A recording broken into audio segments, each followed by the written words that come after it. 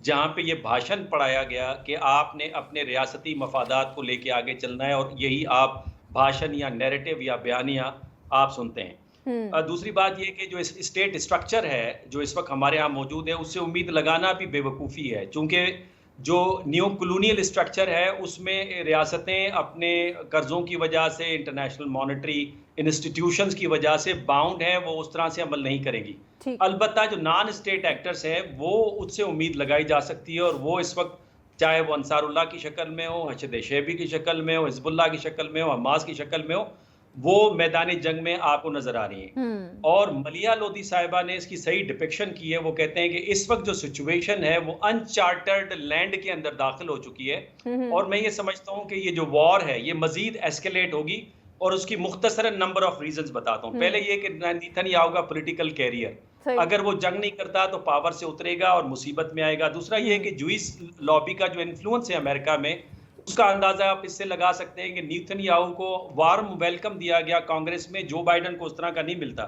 تیسرا یہ کہ لک وارم جو رسپانس ہے OIC کا اور انٹرنیشنل آرگنائزیشنز کا، وہ بھی اس جنگ کو نہیں روک پا رہا۔ اور چوتھا یہ کہ گریٹ پاور کمپٹیشن ہے، اس میں رشیا چائنا ایک طرف اور امریکہ اور ویسٹرن پاس دوسری طرف، لہٰذا ایک قسم کی زور آزمائی ہو رہی ہے۔ چوتھا یہ کہ جو ریلیجس فیکٹرز ہے، جس میں یہودی یہ یقین رکھتے ہیں کہ مسیح آئے گا، لیکن مسیح کو لانے سے پہلے آپ کو بلڈ شیڈ بہانا پڑے گا۔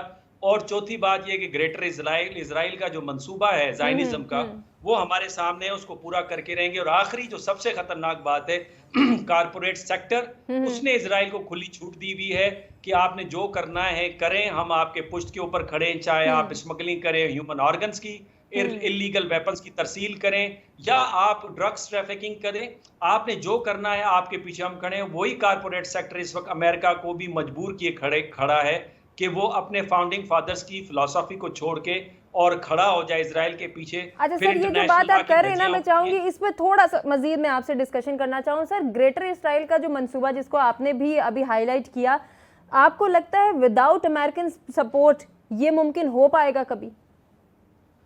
امریکہ کی سپورٹ دیکھیں، امریکہ کا جو اس وقت ڈیبیٹ چل رہی ہے وہ ڈیبیٹ یہ ہے کہ کیا اسرائیل امریکہ کا دوست ہے؟ نتیجہ ہے نہیں۔ 1967 میں امریکن شپ تھی لبرٹی، اس کے اوپر اٹیک ہوا اور 27 امریکن میرینز ڈوب گئے، امریکہ کچھ نہیں کر سکا۔ اس کے علاوہ جو اس وقت کہا یہ جا رہا ہے کہ ہائپر سونک جو ٹیکنالوجی ہے میزائل کی اور جیٹ فائٹرز کی، جو انہوں نے J-10C یا J-31 بنایا ہے اسٹیلتھ ٹیکنالوجی کا، وہ ٹیکنالوجی امریکہ کی اسرائیل نے چرا کے چائنا تک پہنچائی ہے۔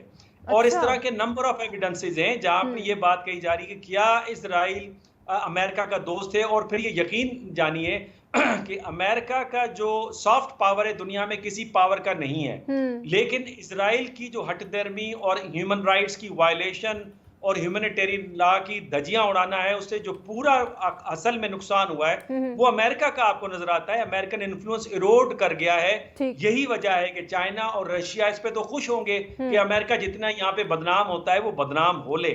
تو میں یہ سمجھتا ہوں کہ امریکہ میں یہ ریئلائزیشن ہے کہ اسرائیل اس کا دوست نہیں ہے۔ But again I would say کہ کیا وجہ ہے کہ امریکہ کے دونوں کینڈیڈیٹس، چاہے ریپبلکن کا ہے ڈیموکریٹس کا ہے، اسرائیل کی فیور میں ووٹ دے رہے ہیں یا باتیں اسٹیٹمنٹ دے رہے ہیں، اس کی بنیادی وجہ یہ کہ دونوں کے جو کی فائنانسرز ہیں وہ جوئش ہیں، اور جوئش لابی ایجوکیشن، اکانومی، وہ پوش کرتی ہے میڈیا کہ وہ اس اور طرح کے بیانات دیں۔ بالکل ایسے ہی ہے سر، آپ کی بات کو آگے لے کر چلیں گے۔ حنیف قمر صاحب، اوور آل جو سچویشن ہم دیکھ رہے ہیں اور جس خدشے کا ہم اظہار کرتے تھے اب سے کچھ مہینوں پہلے کہ یہ جنگ پھیلنے جا رہی ہے، یہ پھیلے گی تو کیا ہوگا، اب یہ جنگ پھیل چکی ہے، آپ کو کیا لگتا ہے مزید آگے کتنی تباہی ہے، یا پھر گریٹر اسرائیل کا جو خواب دیکھ رہا ہے اس وقت اسرائیل اور اس کو پورا کرنے کے لیے وہ پینک اٹیمپٹس کہہ لیں یا جتنی بھی کوششیں اور مذموم کاروائیاں کر رہا ہے وہ یوں کرتا چلا جائے گا، آگے آپ کی نظر میں کیا ہونے والا ہے؟ ایک تو یہ ہے کہ اسرائیل جو کاروائیاں کر رہا ہے وہ پینک اٹیمپٹس نہیں ہے، وہ پلانڈ اٹیمپٹس ہیں، وہ پلاننگ کے ساتھ کر رہا ہے جو کچھ کر رہا ہے۔ اور جب ہم گریٹر اسرائیل کی بات کرتے ہیں تو میں ڈاکٹر منور صاحب کی بات کو آگے بڑھاتا ہوں۔ ضرور سر۔ پھر دوسری سائیڈ پہ یہ جو گریٹر اسرائیل کا نیریٹو ہے، جو پرومس لینڈ کا وہ نیریٹو کرتے ہیں، یہ ان کا مذہبی نیریٹو ہے، اور یہ مذہبی نیریٹو صرف ان کا نہیں ہے، مسلمانوں کا بھی ایک مذہبی نیریٹو ہے۔ صحیح۔ اور مسلمان بھی اگر وہ گریٹر اسرائیل کی بات کرتے ہیں تو مسلمان بھی خلافت الہیہ کی بات کرتے ہیں، حکومت الہیہ کی بات کرتے ہیں۔ بالکل ایسے ہی۔ اور یہ جو مذہبی نیریٹو ہے یہ پھر جب جب آپ بیلنس تجزیہ کریں گے تو پھر آپ کو دونوں سائڈز دیکھنی پڑے گی. جب آپ حکومت الہیہ عالمی سطح پر قائم کرنے کا نیریٹو فلوٹ کرتے ہیں تو پھر آپ کو گریٹر اسرائیل کا عالمی نیریٹو بھی سننا پڑے گا. اب اس کا کیا نتیجہ کیا نکلے گا، یہ جس طرح صورتحال آگے بڑھ رہی ہے اس سے تو یہی لگتا ہے کہ جنگ بڑھے گی اور مذہبی نیریٹو دونوں سائیڈوں کے اس کو سپورٹ کریں گے. سر ابھی کچھ عرصے پہلے ہم ایک پروگرام کر رہے تھے، اس میں ایک تجزیہ کار نے بڑی اہم بات کی تھی کہ آنے والے وقت میں آپ یہ دیکھیں گے کہ مختلف جتنی بھی مذہبی تنظیمیں، اسلامی مذہبی تنظیمیں ووٹ کھڑی ہوں گی اسرائیل کے خلاف. آپ کو لگتا ہے ممکن ہوگا؟ بالکل ہوگا، کیوں نہیں ہوگا، کیونکہ جب اسرائیل مذہبی نیریٹو کی بنیاد پر اپنی جنگ لڑ رہا ہے اور اپنا مقدمہ مذہبی نیریٹو پہ بلڈ کر رہا ہے تو مسلمان بھی جب ہم امت مسلمہ کی بات کرتے ہیں اور تمام اسلامی ممالک کو متحد کرنے کی بات کرتے ہیں تو یہ بھی تو ہم بھی تو ایک مذہبی نیریٹو پہ جا رہے ہیں نا. اور پھر مذہبی نیریٹو میں جس طرح ڈاکٹر صاحب نے کہا کہ جو نیشن سٹیٹس ہیں اس وقت ان سے تو آپ توقع نہیں کر سکتے، لیکن جو نان سٹیٹ ایکٹرز ہیں، جو غیر سرکاری غیر حکومتی تنظیمیں ہیں، وہ جو جد و جہد کر رہی ہیں پھر آپ کو انہیں سپورٹ کرنا پڑے گا. یہ آپ کا مذہبی فریضہ بن جائے گا.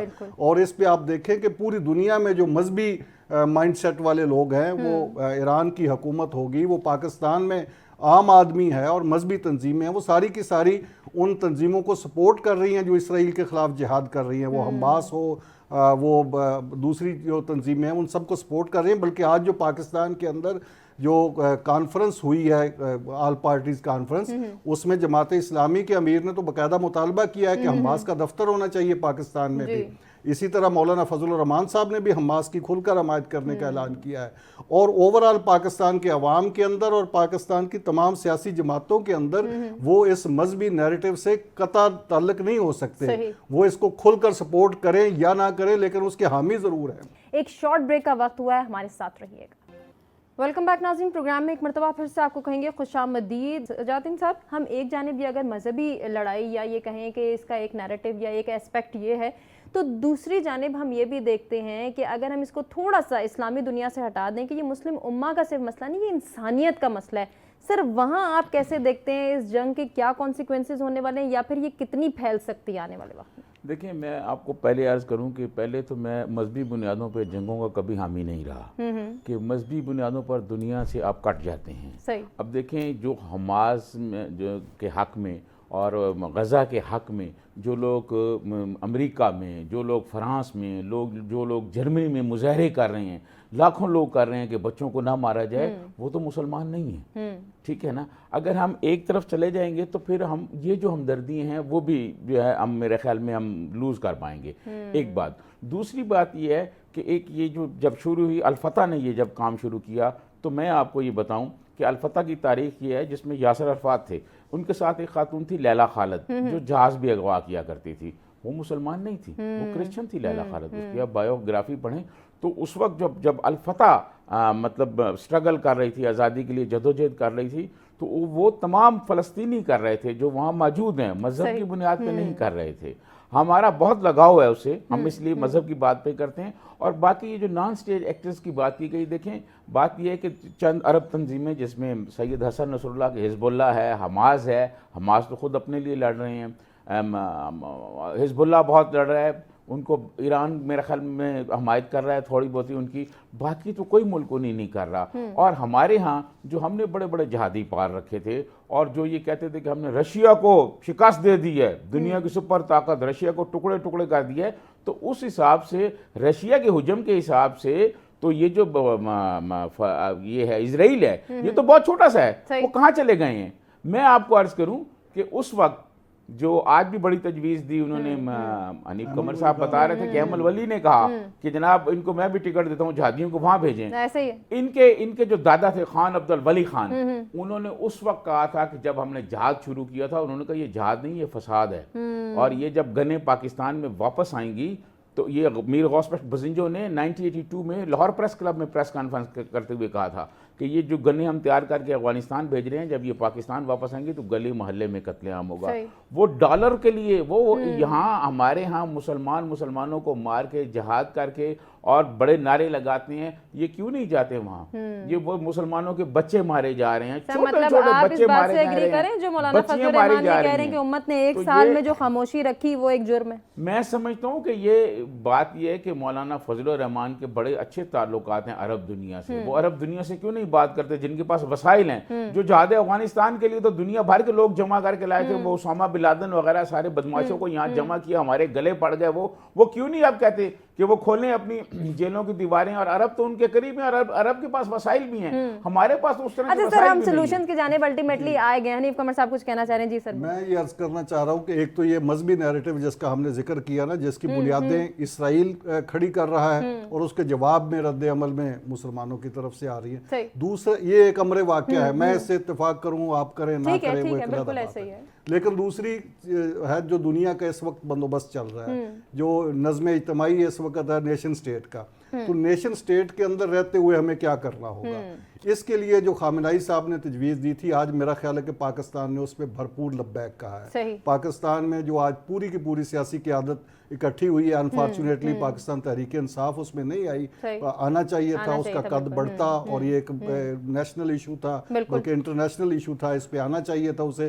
لیکن اس کے بغیر باقی جتنی بھی سیاسی جماعتیں تھیں وہ آئیں, اور وہاں پہ آپ دیکھیں کہ مختلف تجاویز آئیں. جب آپ ڈائلاگ کو کریں گے, انیشیٹ کریں گے, تو پھر اس میں تجاویز آئیں گی اور آپ کی برین سٹارمنگ ہوگی, آپ کو اپنی پالیسی بنانے میں اور مسائل کے حل کی جانب وہاں بھی پہ جانے میں دیکھیں 2 ریاستی حل کی بات بھی کی گئی, وہاں پہ حماس کو سپورٹ کرنے کی بات بھی کی گئی, وہاں پہ القدس کو کے زیر اہتمام فلسطینی ریاست کے قیام کی بات بھی کی گئی. لیکن اوورال جب کنسنسس کے ساتھ ڈیکلریشن سامنے آیا تو وہ بھرپور وہی ڈیکلریشن تھا جو قابل عمل ہے. بالکل سر, آپ بجا فرما رہے ہیں اور بڑی اہم بات کر رہے ہیں. میں ڈاکٹر صاحب کی جانب بڑھنا چاہوں گی. ڈاکٹر صاحب, ابھی جس طرح سے حنیف قمر صاحب اے پی سی کا ذکر کر رہے تھے, سر جب ہم سولوشن کی بات کرتے ہیں, ڈائلاگ کی بات کرتے ہیں, کوئی سجیشنز دینے کی بات کرتے ہیں, تو پھر 2 چیزوں پر آ کے رکتے ہیں, 2 اسٹیٹ سولوشن, 1 اسٹیٹ سولوشن.